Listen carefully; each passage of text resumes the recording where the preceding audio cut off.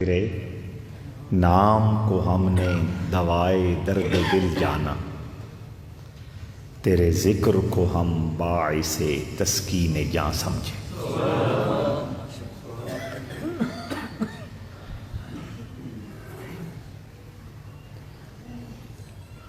یہ جو لفظ اللہ ہے،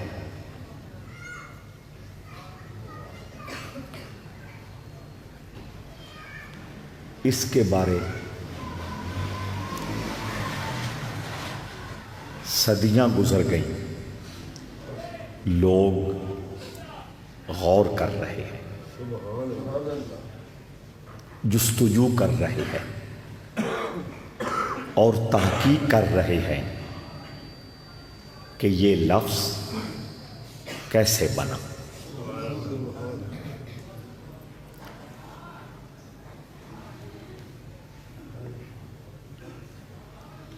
جتنے بھی لفظ ہوتے ہیں ان کی کوئی نہ کوئی جڑ اور بنیاد ہوتی ہے، اور اس کو علمی دنیا میں کبھی مصدر بولتے ہیں، کبھی مشتق بولتے ہیں۔ یہ میں نے جو طالب علم ہیں ان کے لیے ذرا لفظ بول دیا تاکہ آسانی ہو۔ عام اپنے جیسے دوستوں کے لیے میں کہہ رہا ہوں کہ ہر لفظ کی کوئی نہ کوئی بنیاد اور کوئی نہ کوئی جڑ ہوتی۔ مثلاً ایک لفظ ہے کریم، یہ ایسے ہی کریم نہیں بنا، سب سے پہلے کاف، را اور میم یہ طے ہوئے، اسی سے پھر کریم بھی بنا، اسی سے اکرم بھی بنا، اسی سے مکرم بھی بنا۔ سمجھ آ گئی؟ تو اس کی بنیاد کاف، را اور میم۔ ٹھیک ہو گیا؟ محمد، اس کی بھی اصل ہے اور اس کی بھی بنیاد ہے۔ حمد، ہا میم دال، ابھی الحمد، یہ حمد، یہ بنیاد ہے۔ اسی حمد سے حامد بنا، اسی حمد سے محمود بنا، اسی حمد سے احمد بنا، اور اسی حمد سے محمد بنا۔ تو یہ بنیاد۔ اب ہم نے یہ دیکھنا اور غور کرنا ہے کہ اللہ یہ بھی تو ایک لفظ ہے نا، پھر یہ کس سے بنا؟ محمد حمد سے بنا، کریم کرم سے بنا، شریف شرف سے بنا، اللہ کہاں سے بنا؟ یہ بات سمجھ آ رہی؟ تو میں نے کہا کہ صدیوں سے یہ ایک مستقل بات چل رہی ہے کہ لفظ اللہ کو کسی جڑ سے نکالیں یا یہ کہیں کہ جس طرح وہ لم یلد ولم یولد ہے، اسی طرح لفظ اللہ بھی کسی سے نہیں نکلا۔ آگے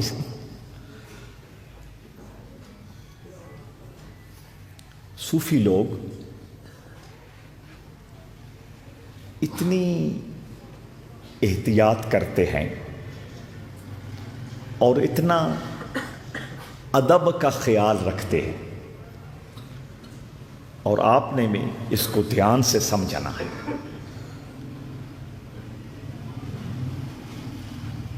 ایک لفظ ہے اللہ، یہ کہتا ہے، اور ایک لفظ ہے اللہ یہ کہتے ہیں، یا اللہ یہ فرماتا ہے، اللہ یہ فرماتے ہیں۔ صوفی کہتے ہیں کہ اللہ کہتے ہیں، اللہ فرماتے ہیں، یہ نہیں بولنا، بے شک اس میں ادب کا لحاظ ہے، پر اللہ ایک ہے۔ اس کا جو ایک ہونا ہے اور اس کا جو واحد ہونا ہے وہ لفظوں میں بھی ہمیشہ نکھر کے آتا رہے۔ سمجھ آ گئی؟ جو لوگ، نام نہیں لوں گا، آپ پر بدعت اور شرک کے فتویٰ لگاتے ہیں، وہ اس چیز کا خیال نہیں کرتے۔ وہ اکثر اپنی تحریروں میں اور اپنی گفتگو میں یہ کہتے ہیں اللہ فرماتے ہیں۔ بے شک اللہ ایک ہی ہے، ان کے نزدیک بھی کوئی شک نہیں ہے، لیکن میں صوفیوں کا ذوق توحید بیان کر رہا ہوں۔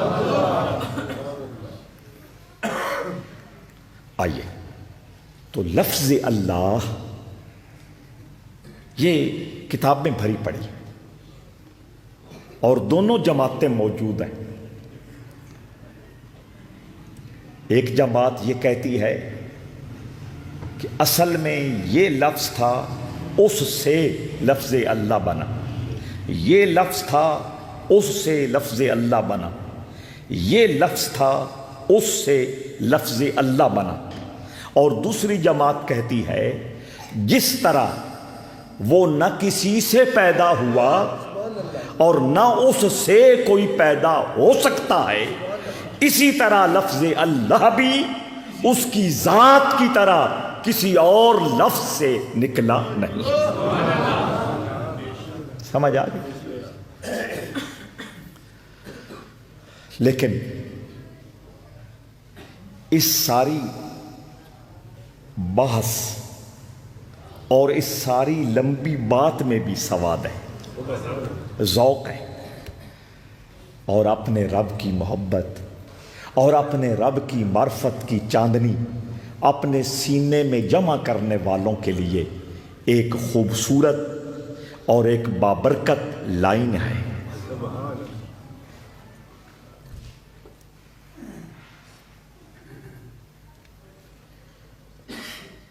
کچھ لوگوں نے کہا، میں کوشش کروں گا کہ آج کی اس نشست میں ہی اس مبارک لفظ پہ اپنی بات کو سمیٹ دوں۔ وہ دور دراز جو لوگ سنتے ہیں وہ پھر کومنٹ کرتے ہیں، تبصرہ کرتے ہیں، اور اکثر یہ کہتے ہیں جی ہکی لفظ تھے، اتنا ٹائم جلدی ہے نا انسان کو، کان الانسان عجولا، اللہ فرماتا ہے انسان جلد باز ہے۔ وہ سننے والے چاہتے ہیں کہ جلدی جلدی پورا قرآن ختم ہو جائے۔ تو دوستان ذی وقار، کچھ بزرگوں نے کہا کہ یہ جو اللہ کا لفظ ہے اور پاک نام ہے، اس کی بنیاد اور اس کی جڑ، اس کی اصل اور اس کا مشتق وہ یہ ہے کہ وہ ذات جو نہ سمجھ آ سکے، نہ عقل میں آ سکے، اور نہ اس کی حقیقت کبھی بھی کوئی جان سکے، اور اس میں کوئی شک نہیں ہے۔ اس کریم ذات نے خود ارشاد فرمایا، لا تدرکہ الابصار وہو یدرک الابصار وہو اللطیف الخبیر، 7واں پارہ۔ اللہ فرماتا ہے اس کائنات کے اندر کوئی بھی آنکھ اس کو دیکھ نہیں سکتی، سمجھ نہیں سکتی، پہچان نہیں سکتی، جنت میں ہم دیکھیں گے لیکن اپنی حیثیت کے مطابق دیکھیں گے، اس کی شان کو کور نہیں کر سکیں گے۔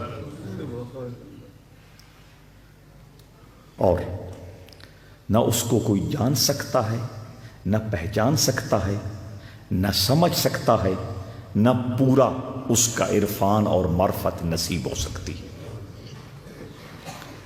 اور یاد رکھو، اس پوری کائنات کے اندر سب سے زیادہ معرفت میرے رسول کو ملی، اللہ کی معرفت میرے رسول کو ملی ہے۔ اور یاد رکھنا، آقا بھی کہہ گئے، ما عرفناک حق معرفتک، ایک مالک کائنات، جس طرح تیرے پہچاننے کا حق تھا میں بھی پہچان نہیں سکتا۔ سمجھ آ گئی؟ اور اسی لیے دوسرے مقام پر میرے اللہ نے فرمایا کل یوم ہو فی شان۔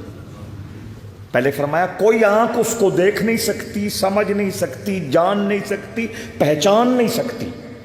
اس آیت میں گویا میرے رب نے دلیل دے دی، کل یوم ہو فی شان، تو بڑی میری عبادت کر لے، تو ہر وقت میرے ذکر میں مصروف رہے، تو ایک ایک زندگی کا لمحہ میری خوشی اور میری رضا میں یقیناً گزار دے، پھر بھی نہ سمجھنا کہ میں پہچان گیا ہوں۔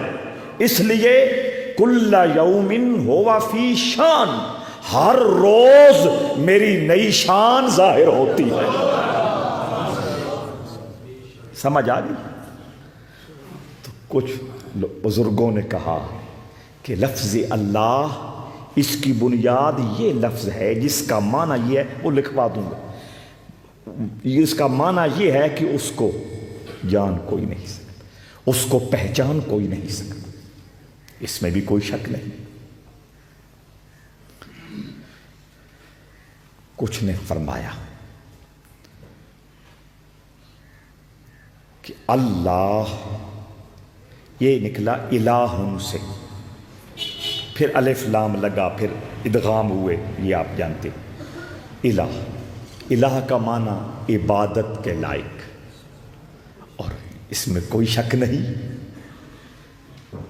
یا ایھا الناس اعبدوا ربکم الذی خلقکم، اے دنیا میں بسنے والے سارے انسانوں، اپنے رب کی عبادت کرو، کیونکہ وہ اللہ وہ ہے جس نے تمہیں پیدا کیا ہے۔ یہ تو سفید کپڑے پہن کے، بہت زیادہ پیسہ اکٹھا کر کے، بہت ساری زمینیں جاگیریں بنا کر، بہت سارے شاپنگ پلازے، مارکیٹیں اور دکانیں بنا کر، بہت ساری کرسی، عہدے اور اقتدار حاصل کر کے تو جو کچھ بنا پھرتا ہے، یہ تب ہی ہے نا کہ دنیا میں آیا ہے۔ اگر تو آتا نہیں تو یہ سب کچھ کہاں سے آتا؟ سمجھ آ گئی؟ تو اللہ نے جڑ پکڑی، فرمایا اس رب کی اس لیے عبادت کرو کہ اس نے تمہیں پیدا کیا ہے۔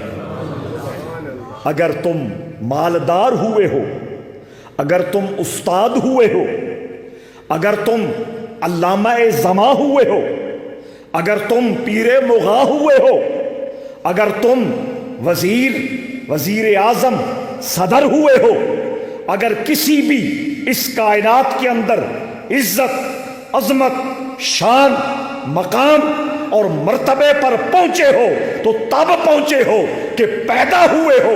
جب پیدائش میں تم اس کی ذات کے محتاج ہو تو پھر تمہاری جبین اس کے دروازے پہ جھکنی چاہیے۔ ان سمجھ آؤندی پئی یا نہیں؟ اس لیے عبادت کرنی ہے۔ تو میں یہ کہہ رہا تھا، الہ، عبادت کے لائق ہونا۔ اب یہ تو ایک میں نے دلیل دے دی قرآن شریف سے، اب ایک بات آپ نے اور میں نے اچھی طرح سمجھنی ہے پھر اس کے مطابق آگے اپنی زندگی کو لے جانا ہے۔ یہ جو ہم عبادت کرتے ہیں، یہ کیوں کرتے ہیں؟ سنو، عبادت کرنے کا ایک مقصد یہ ہوتا ہے کہ ثواب حاصل ہو۔ گنتے جان، ایک کیا ہے؟ ثواب حاصل۔ عبادت کرنے کا دوسرا مقصد یہ ہوتا ہے عذاب سے بچ جائے۔ تکلیف، کوئی بھی تکلیف، کوئی بھی امتحان دنیاوی، پہلا ثواب، دوسرا تکلیف، امتحان، عذاب سے بچے۔ تیسرا عبادت کا مقصد یہ ہوتا ہے جنت مل جائے، اور چوتھا عبادت کا مقصد یہ ہوتا ہے جہنم سے بچ جائے۔ تکلیف صرف دوزخ کی نہیں ہے، اور بھی تو امتحان، آزمائشیں، تکلیفیں اور عذاب ہیں نا۔ ان الذین یحبون ان تشیع الفاحشۃ فی الذین آمنوا لهم عذاب فی الدنیا والآخرہ۔ جاگتے ہو نا؟ ان الذین یؤذون اللہ ورسولہ لعنہم اللہ فی الدنیا والآخرہ۔ یہ آیتیں ہیں قرآن کی جن سے یہ ثابت ہو رہا ہے کہ ایک عذاب آخرت کا ہے، کچھ عذاب دنیا کی ہے۔ جو رسول اللہ کی بے ادبی کرتا ہے، میرا مالک اعلان کر رہا ہے کہ وہ آخرت میں بھی عذاب سہے گا اور دنیا میں بھی عذاب برداشت کرے گا۔ اور دوسری مقام پہ فرمایا، توجہ، ہمارا یہ پروگرام تربیتی پروگرام ہوتا ہے، اصلاحی پروگرام ہوتا ہے، کانوں کا لذت اور چسکا نہیں ہے، کچھ چیزیں لے کے جانی ہوتی ہے۔ اللہ فرماتا ہے جو برائی کو پھیلاتا ہے، ایک ہے برائی کرنا، ایک ہے پھر برائی نو، ہاں برائی کرنا میری ذات کی حد تک ہے، مجھے کسی وقت بھی اللہ توفیق دے دے گا، میں اس کو منا لوں گا، اس سے معافی مانگ لوں گا۔ لیکن برائی کو پھیلانا، ان الذین یحبون ان تشیع الفاحشہ، وہ لوگ جو برائی کی اشاعت کرتے ہیں، برائی کو پھیلاتے ہیں، طریقہ جو بھی ہو جائے، مجھے نام لینے کی ضرورت نہیں ہے۔ اللہ فرماتا ہے ایسے بندے کو آخرت میں بھی عذاب ہوگا اور دنیا میں بھی دردناک۔ سمجھ آ رہی؟ سوچنا آپ نے ہے کہ برائی پھیلانا کیا ہے اور کون کون سا وہ شعبہ ہے ہماری زندگیوں میں جس سے برائی پھیل رہی ہے۔ تو میں یہ کہہ رہا تھا، ثواب کی نیت سے عبادت کرنا، عذاب سے بچنے کی نیت سے عبادت کرنا، جنت میں جاننے کی نیت سے عبادت کرنا، دوزخ کے ڈر سے عبادت کرنا۔ الہ کا معنی ہے عبادت کے لائق ہونا، اور میں کہہ رہا ہوں عبادت کے لیے 4 غرض، 4 مقاصد اور 4 نیتیں ہیں۔ اللہ والے فرماتے ہیں کہ عبادت جب بھی اپنے رب کی کرنی ہے، ان 4 غرضوں سے اونچا ہو کے کرنی ہے۔ سمجھ آئی؟ اس کو میں اب ایک مثال سے سمجھاتا ہوں، بڑی مزیدار بات ہے، نقطہ ذہن میں یہ بٹھائیں۔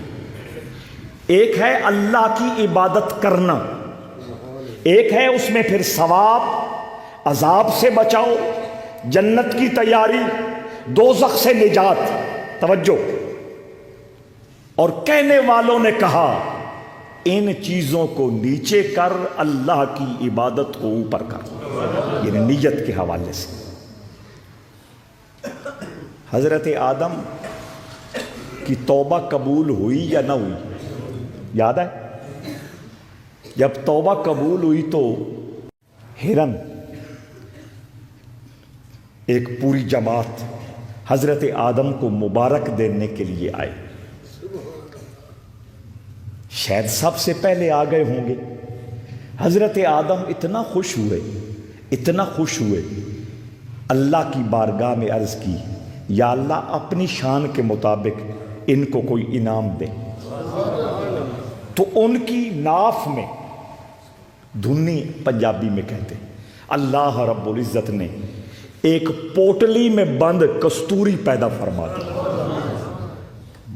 ایک ماشا کئی ہزار کا ہے کستوری اصلی، یہاں تو نکلی اور مہنگا ہوتا ہے۔ تو وہ کستوری وہ چلے گئے، ان کی دوسری برادری کو پتہ چلا کہ یہ آدم علیہ السلام کو مبارک دے آئے ہیں اور بدلے میں اللہ نے ان کو یہ نعمت عطا فرمائی ہے۔ اب وہ بھی چلے مبارک دینے کے لیے، مبارک دی، آدم علیہ السلام نے مبارک قبول فرمائی، خیر مبارک فرمایا، اور اب وہ انتظار کر رہے ہیں دعا دیں گے، ہمیں بھی وہ عزت اور وہ نعمت ملے گی۔ آدم علیہ السلام نے کہا وہ میرے لیے آئے تھے، تم کستوری کے لیے آئے ہو۔ سمجھ آ گئی گل یا نہیں؟ مجھے بھی اور آپ کو بھی اس حوالے سے دیکھنا ہو۔ ایک مرتبہ زندگی میں غلطی کی ہے اس حوالے سے، اور اس بات کو تقریباً کوئی 35 سال گزر گئے ہیں، آج بھی میرے ضمیر پہ بوجھ ہے۔ 35 سال میں جوہر آباد کالج میں پڑھتا تھا، تو وہاں سے میں نے سرگودا کالج میں شفٹ ہونا تھا، وہ مائیگریشن جسے کہتے ہیں، 11ویں جماعت سے۔ اس زمانے میں جتنے استاد تھے ان سب سے دستخط کرانے ہوتے تھے اس فارم پہ۔ وہ اسلامیات کے ایک استاد تھے جوہر آباد کالج میں، ان سے بھی دستخط کرانے تھے، چھٹیاں تھیں گرمیوں کی۔ باقی سارے جوہر آباد کے تھے، ان سے دستخط ہو گئے، اور وہ استاد جو اسلامیات پڑھانے والے تھے وہ فاروقہ میں رہتے تھے، اور مجھے چند دن پہلے پتہ چل گیا تھا کہ ان کے والد صاحب فوت ہو گئے ہیں۔ اور حیرت کی بات یہ ہے کہ ان کے والد بھی میرے دینی کتابوں کے استاد تھے۔ اچھا، میں فاتحہ کے لیے نہیں گیا، نہ جا سکا، اب ان سے مجھے اپنا ذاتی کام پڑ گیا۔ سمجھ آ رہی ہے؟ اور اس کے بغیر کام ہونا بھی نہیں تھا جب تک ان سے ملاقات نہ ہو، اس وقت تک گگی مرینی نہ آئی، ٹرانسفر ہونا نہ آئی۔ تو وہ میں فاروقہ پہنچا اور جا کے پہلے فاتحہ پڑھا، اور اس کے بعد وہ فارم آگے کیا، کر تو دیا۔ اس دن سے لے کر آج تک ضمیر پہ بوجھ ہے کہ میں فاتحہ کے لیے نہیں گیا تھا، میں فارم پہ گگی مرانے گیا تھا۔ اور یہ بوجھ جس بندے نو آ جائے نا، تو پھر ویسے وہ ان کئی حوالے نال بہتری ہو جاتی۔ اس حوالے سے بھی اپنی زندگی کو خوبصورت بنانے کی کوشش کریں۔ توجہ ہے یا نہیں؟ تو حضرت آدم علیہ السلام بولے وہ میرے لیے آئے تھے اور تم کستوری کے لیے آئے ہو، لہذا وہ خالی واپس لوٹے۔ اب آئیے، الہ کا معنی ہے عبادت کے لائق ہونا، عبادت ثواب کے لیے، عبادت عذاب سے بچنے کے لیے، عبادت جنت میں جانے کے لیے، عبادت دوزخ سے نجات حاصل کرنے کے لیے۔ نا نا نا، یا اللہ عبادت تیری رضا کے لیے۔ سمجھ آ گئی؟ بس آج کے بعد جب بھی مصلی پہ کھڑا ہونا ہے، بس زیادہ تیرے لیے۔ پھر دیکھنا کوئی کمی رہ گئی تو کائنات کی جتنی نعمتیں ہیں، دنیا کی ساری چیزیں ہیں، ان کا خالق کون ہے؟ ان کا مالک کون ہے؟ ان کو دینے والا اس سے رابطہ ہو گیا تو ان چیزوں کی کیا اہمیت رہ جائے گی؟ سمجھ آ گئی؟ اب یہاں وہ بات بھی یاد کر لو، پہلے بھی سنائی تھی، بہت پہلے۔ ہارون الرشید نے اعلان کیا، بادشاہ تھا بغداد کا بہت بڑا، آج میں نے سارے خزانوں کے دروازے کھول دیے ہیں، جو چاہو اٹھا لو، لوٹ لو۔ وزیر، مشیر، چھوٹے بڑے محل کے لوگ دوڑتے چلے گئے۔ اس کی ایک نوکرانی تھی، باندی تھی، وہ پیچھے کھڑے ہو کے اس کو پنکھا ہلاتی تھی، وہ کھڑی رہی، اس نے 1 انچ بھی اپنا پاؤں آگے نہ کیا۔ بادشاہ نے کہا تو نہیں گئی، وہ چپ۔ دوبارہ کہا تو نہیں گئی، وہ چپ۔ تیسری بار کہا تو نہیں گئی، چپ۔ اس نے کہا حضور آپ نے کہا ہے کہ خزانوں کے دروازے کھلے ہیں، لوگ جانے والے چلے گئے، آپ اگر دینا چاہتے ہیں تو میں مانگوں گی، وہ دو گے؟ 3 بار اس نے سوال کیا، تینوں بار ہارون الرشید نے کہا ہاں کیوں نہیں دوں گا، خزانوں کے دروازے کھول جو دیے ہیں۔ اس نے کندھے پہ ہاتھ رکھ دیا، اس نے کہا مجھے تو بادشاہ سلامت چاہیے۔ اب سوچو نا، جب بادشاہ اس کے نصیبے اور اس کی قسمت میں آ گیا، یہ سارے خزانے اب کس کے ہوئے؟ الہ الہ الہ۔ سمجھ آ گئی؟ بس بات کو سمیٹتا ہوں۔ اللہ کا لفظ جو ہے، اس کے معنوں میں معنی سمجھانے والوں نے یہ بھی کہا ہے کہ یہ وہ ذات ہے، یہ لفظ اس مصدر سے نکلا ہے جس کا معنی یہ ہوتا ہے کہ بچہ دودھ پینے کے لیے جب بےتاب ہوتا ہے، یہ فیڈروں اور خشک بچوں کے دودھوں کے زمانے سے میں پہلے کی بات کر رہا ہوں، جب ایک ہی دودھ بچے کو ملتا تھا۔ جب بچہ دودھ پینے کے لیے پیاسا ہوتا ہے، بےتاب ہوتا ہے، بے قرار ہوتا ہے، وہ کدھر جاتا ہے؟ ماں کی چھاتی کے ساتھ جا کے لپٹتا ہے۔ یہ معنی ہے اس لفظ کا جس سے لفظ اللہ نکلا ہے۔ حضرات، اس کا معنی یہ ہے کہ بچہ جب بےتاب ہوتا ہے وہ جا کے ماں کی چھاتی کے ساتھ لپٹتا ہے، اسے سکون ملتا ہے۔ تو لفظ اللہ یہ اس مصدر سے نکلا ہے جس کا معنی یہ ہے کہ بھری کائنات میں فرشتہ ہو، جنات ہو، انسان ہو، جانور ہو، کوئی بھی مخلوق ہو، جب وہ بےتاب ہوتی ہے، جب وہ دکھی ہوتی ہے، جب وہ سوالی بنتی ہے، تو اس کو بڑی کائنات میں ایک ہی بوا نظر آتا ہے، وہ مالک کائنات کا ہے۔ اس میں کوئی شک ہے؟ تو اللہ وہ ہے، اللہ وہ ہے جو ساری کائنات کے لیے سکون کا سبب ہے، اور ساری کائنات کو وہیں سے خیرات ملتی ہے، اور ساری کائنات کے دکھوں کا مداوع اسی دروازے سے ہوتا ہے، اور سارے دکھ اسی کی بارگاہ میں جا کے سکھ سے بدل جاتے ہیں۔ اتنا مہربان اللہ، اتنا لجپال اللہ، اور اتنا بندہ نواز بندہ اللہ کہ اگر گناہگار بندہ بھی خلوص نیت کے ساتھ اس کے دروازے پہ آ کے گر جائے، وہ اللہ فرماتا ہے یبدل اللہ سیئاتہم حسنات۔ جن گناہوں سے گھبرا کر، جن گناہوں سے ڈر کر، اور جن کنویں پہ آ گیا ہے، پریشان نہ ہو، میں انہی گناہوں کو نیکیوں میں بدل دوں گا۔ کمال نہیں ہے؟ تیرے نام کو ہم نے دوائے درد دل جانا، تیرے ذکر کو ہم باعث تسکین جان سمجھے۔ بس یہی پیغام دینا ہے اور یہی بات عرض کرنی ہے جس کو آپ نے آج باقی چیزوں کے ساتھ ساتھ سپیشل پلے باندھ کے جانا ہے دھیان سے۔ اللہ، آپ یا کریم کہیں تو اس میں بھی کچھ نہ کچھ مکسنگ ہے نا۔ یا اللہ میں تیرے کو کرم منگدا پیا، ہے نا مکسنگ؟ دھیان بھائی، سونا نہیں ہے۔ جب یا کریم کہیں تو اس میں مکسنگ ہے، ملاوٹ، کہ میں کرم مانگ رہا ہوں، ایسا ہے کہ نہیں؟ یا لطیف کہیں، ہے اللہ کا نام، پکارے بھی اسے جا رہے ہیں، لیکن مکسنگ ہے۔ لطیف وہ ہوتا ہے جو خاموشی کے ساتھ دوسروں کو پتہ لگنے کے بغیر میرے دامن کو بھر دے۔ لیکن سوال تو ہے، فریاد تو ہے نا کہ تیری مہربانی کا امیدوار ہوں۔ یا ستار نام اللہ کا ہے، پکارا اسے جا رہا ہے، مکسنگ ہے، یا اللہ پردہ پوشی دی التجا کردہ پہ. توجہ ہے یا نہیں؟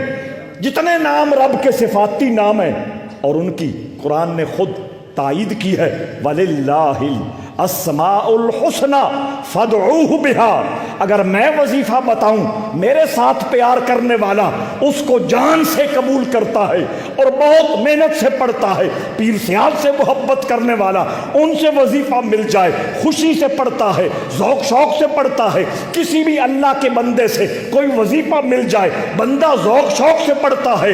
یہاں تو اللہ خود وظیفہ بتا رہا ہے. او وڈا یا باقیاں دے وظیفے وڈے؟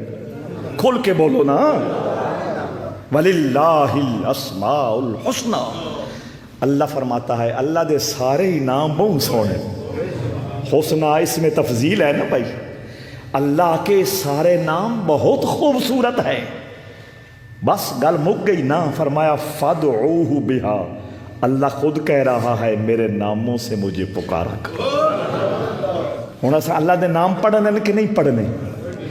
رب دے 99 نام جڑا رسول کریم نے طے کیتے ہیں تساں آج تو بعد لازمی پڑھنے. 1.5 منٹ تو زیادہ نہ لگ سی. 1.5 منٹ تو حضرات عزیز وقار.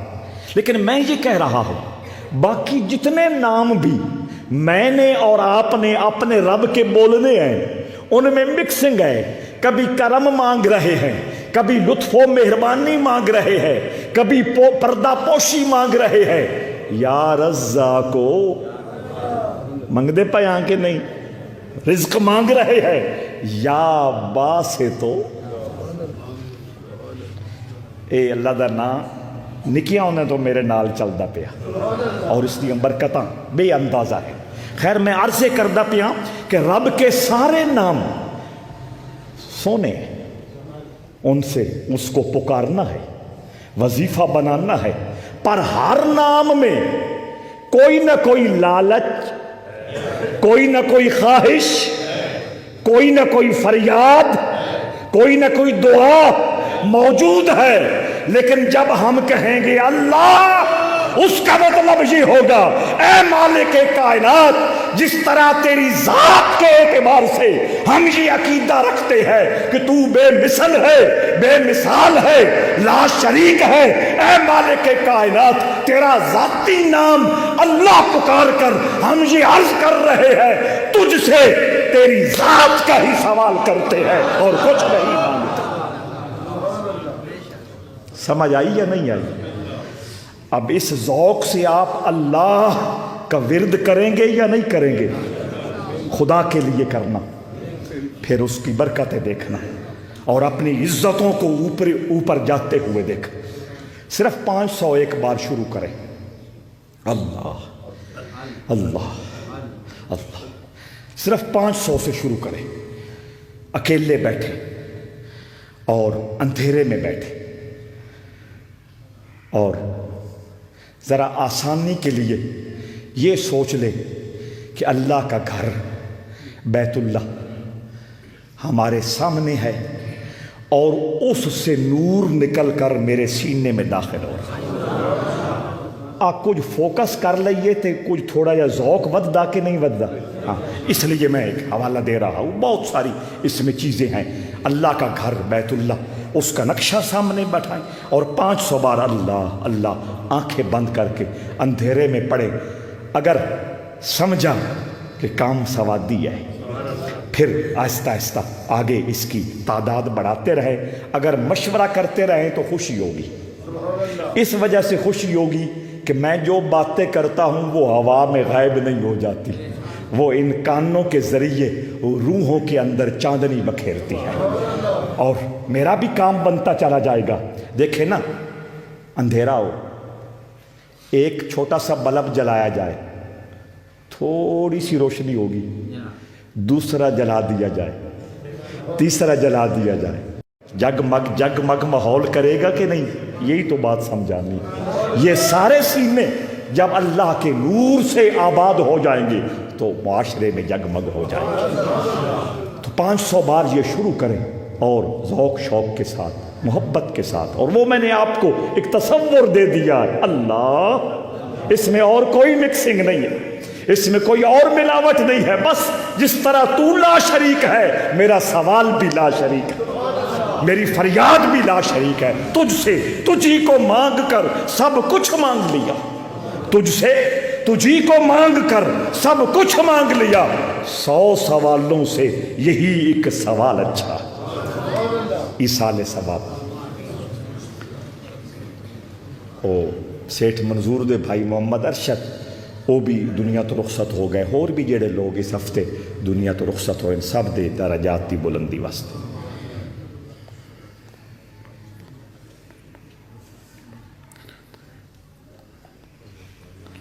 برحمتک۔